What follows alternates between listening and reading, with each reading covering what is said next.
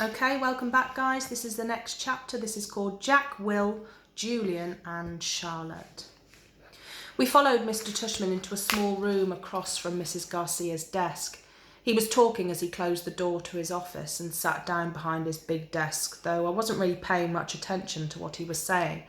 I was looking around at all the things on his desk, cool stuff like a globe that floated in the air and a Rubik's type cube made with little mirrors. I liked his office a lot. I liked that there was all these neat little drawings and paintings by students along all the walls, framed like they were really important. Mum sat down in a chair in front of Mr. Tushman's desk, and even though there was another chair right next to hers, I decided to stand beside her. "Why do you have your own room and Mrs. G doesn't?" I said. "You mean, why do I have an office?" said Mr. Tushman. "You said she runs the place." "Oh, well, I was kind of kidding. Mrs. G is my assistant." "Mr. Tushman is the director of middle school," Mum explained. "Do they call you Mr. T?" I asked, which made him smile. "Do you know who Mr. T is?" he answered. "I pity the fool," he said in a funny, tough voice, like he was imitating someone. I had no idea who he was talking about. "Anyway, no," said Mr. Tushman, shaking his head. "No one called me Mr. T here, though I have a feeling I'm called a lot of other things on the playground. Let's face it, a name like mine is not so easy to live with. You know what I mean?" Now here I have to admit I totally laughed because I knew exactly what he meant. "My mum and dad had a teacher called Miss Butt," I said. "Oggy," my mum said, but Mr. Tushman laughed. "Now that's bad," said Mr. Tushman, shaking his head. "I guess I shouldn't complain, really. Hey, so listen, August, here's what I thought we would do today." "Is that a pumpkin?" I said, pointing to a framed painting behind Mr. Tushman's desk. "Oggy, sweetie, don't interrupt," said Mum. "You like it?" said Mr. Tushman, turning around and looking at the painting too. "I do too. And I thought it was a pumpkin too, until the student who gave it to me explained that it is actually not a pumpkin. It is, are you ready for this? It's a portrait of me. Now, August, I ask you, do I really look that much like a pumpkin?" "No," I answered, though I was thinking, yes. Something about the way his cheeks puffed out when he smiled made him look like one of those jack-o'-lanterns. Just as I thought that, it occurred to me how funny that was. Cheeks, Mr. Tushman. And I started laughing again a little. I shook my head and covered my mouth with my hand. Mr. Tushman smiled like he could read my mind. I was about to say something else, then all of a sudden I heard other voices outside the office. Kids' voices. I'm not exaggerating when I say this, but my heart literally started beating like it had just run the longest race in the world. The laughter I had inside just completely poured out of me. The thing is, when I was little, I never minded meeting new kids because all the kids I met were really little too. What's cool about really little kids is that they don't say stuff to try to hurt your feelings, even though sometimes they say stuff that does hurt your feelings, but they don't actually know what they're saying. Big kids, though, they know exactly what they're saying, and that's definitely not fun for me. One of the reasons I grew my hair long last year was that I like how it hangs over my eyes. It helps me block out things that I don't want to see. Mrs. Garcia knocked on the door and poked her head inside. "They're here, Mr. Tushman," she said. "Who's here?" I said. "Thanks," said Mr. Tushman to Mrs. Garcia. "August, I thought it would be a really good idea for you to meet some of our students who'll be in your homeroom this year. I figured they could talk to you and take you around the school a bit, show you the lay of the land, so to speak." "I don't want to meet anyone," I said to Mum.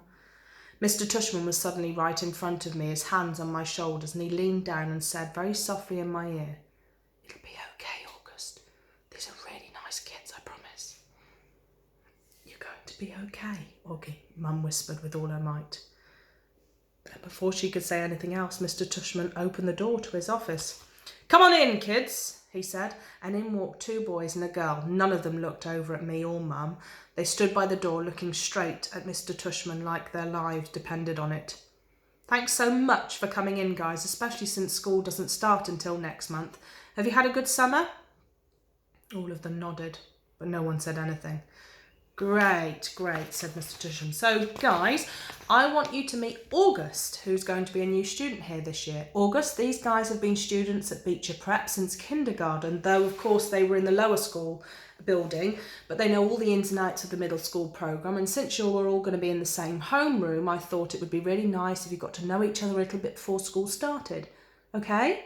So, kids, this is August. August, this is Jack Will. Well, Jack Will looked at me and put out his hand, and when I shook it, he kind of half smiled and said, "Hey," and then he looked down really fast. "This is Julian," said Mr. Tushman. "Hey," said Julian, and he did the same exact thing as Jack Will, took my hand, forced a smile, and then looked down fast. "And Charlotte," said Mr. Tushman. Charlotte had the blondest hair that I'd ever seen. She didn't shake my hand, but she gave me a quick little wave and smiled. "Hi, August, nice to meet you," she said. "Hi," I said, looking down. She was wearing bright green Crocs. "So," said Mr. Tushman, putting his hands together in a kind of slow clap, "what I thought you guys could do is take August on a little tour of the school. Maybe you could start on the 3rd floor. That's where your home class is going to be. Room 301, I think, Mrs. G, is that right?" "Room 301, Mrs. Garcia called out from the other room. "Room 301. Mr. Tushman nodded. "And then you can show August the science labs, the computer room, then work your way down the library and the performance space on the 2nd floor. Take him to the cafeteria too, of course." "Should we take him to the music room?" said Julian. "Good idea," said Mr. Tushman. "August, do you play any instruments?" "No," I said. It wasn't really my favourite subject on account of the fact that I don't really have ears. Well, I do, but they don't exactly look like normal ears. "Well, you may enjoy seeing the music room anyway," said Mr. Tushman. "We have a very nice selection of percussion instruments." "August, you've been wanting to learn the drums forever," Mum said, trying for me to look at her, but my eyes were so covered by my bangs as I stared at a piece of old gum that was stuck to the bottom of Mr. Tushman's desk. "Great. Okay, so why don't you guys get going?" Mr. Tushman said. "Just be back in here," and he looked at Mum. "Half an hour? Is that okay?" I think Mum nodded. "So is that okay with you, August?" he asked me. I didn't answer. "Is that okay, August?" Mum repeated. I looked at her now. I wanted her to see how mad I was at her, but then I saw her face and I just nodded. She seemed more scared than I was. The other kids had started out of the door, so I followed them. "See you soon," Mum said. Her voice sounded a bit higher than normal. I didn't answer her.